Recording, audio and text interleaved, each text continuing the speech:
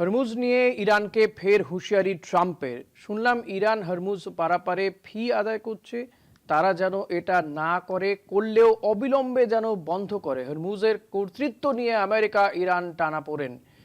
এই হরমুজ বা এই যে যুদ্ধ, সেই যুদ্ধ বিরতি ঘোষণা মানে এই নিয়ে ঘোষণা করা হয়েছিল যুদ্ধবিরতির আমেরিকার পক্ষ থেকে, এবং তারা যে ডেডলাইন দিয়েছিলেন তার আগেই কিন্তু পাকিস্তানের মধ্যস্থতায় যুদ্ধবিরতি ঘোষণা করা হয়েছিল। কিন্তু আবারও দেখা যাচ্ছে যে আমেরিকা এবং ইরানের মধ্যে দ্বৈরথ শুরু হয়েছে। হরমুজ পারাপারে ফি আদায় করছে ইরান, এ বিষয়ে নাকি ডোনাল্ড ট্রাম্প তিনি জানতে পেরেছেন এবং তা অবিলম্বে বন্ধ করার হুঁশিয়ারি তিনি দিয়েছেন। হরমুজের কর্তৃত্ব নিয়ে আমেরিকা এবং ইরান আবারও টানাপোড়েন শুরু হয়েছে। আমরা জানি যখন এই টানাপোড়েন এই যে নতুন করে যে টানাপোড়েন সৃষ্টি হচ্ছে, তার মধ্যে কিন্তু পাকিস্তানে আবারও দু তরফের এই যুদ্ধ বিরতির মধ্যেই কিন্তু আবারও আলোচনা হবে।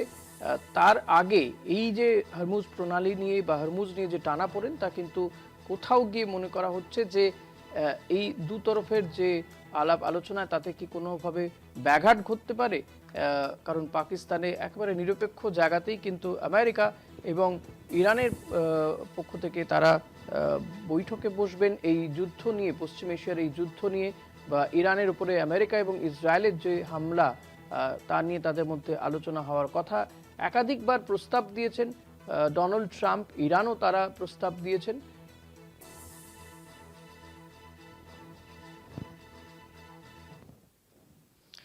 একটু আগে নেতানিয়াহু জানিয়েছেন লেবাননে হামলা চলবে, ট্রাম্পের ধীরে চলো অনুরোধ প্রত্যাখ্যান ইসরায়েলের। লেবাননে যুদ্ধবিরতি শর্ত শিথিলে রাজি নয় ইসরায়েল, যুদ্ধবিরতি শর্ত শিথিলে রাজি নয় ইরান। শান্তি আলোচনা বড় সংকটে।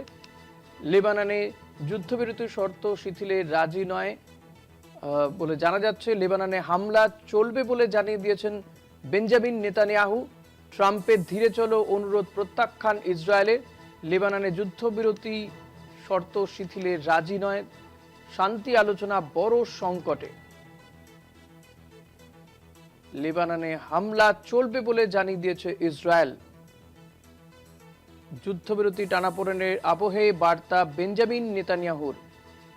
ইসরায়েল এবং আমেরিকা তারা যে যৌথভাবে হামলা চালাচ্ছিল ইরানে, কিন্তু ইতিমধ্যেই ইরান এবং আমেরিকা তারা যুদ্ধবিরতি ঘোষণা করেছে, শান্তি আলোচনাতেও তারা বসতে চলেছে পাকিস্তানে।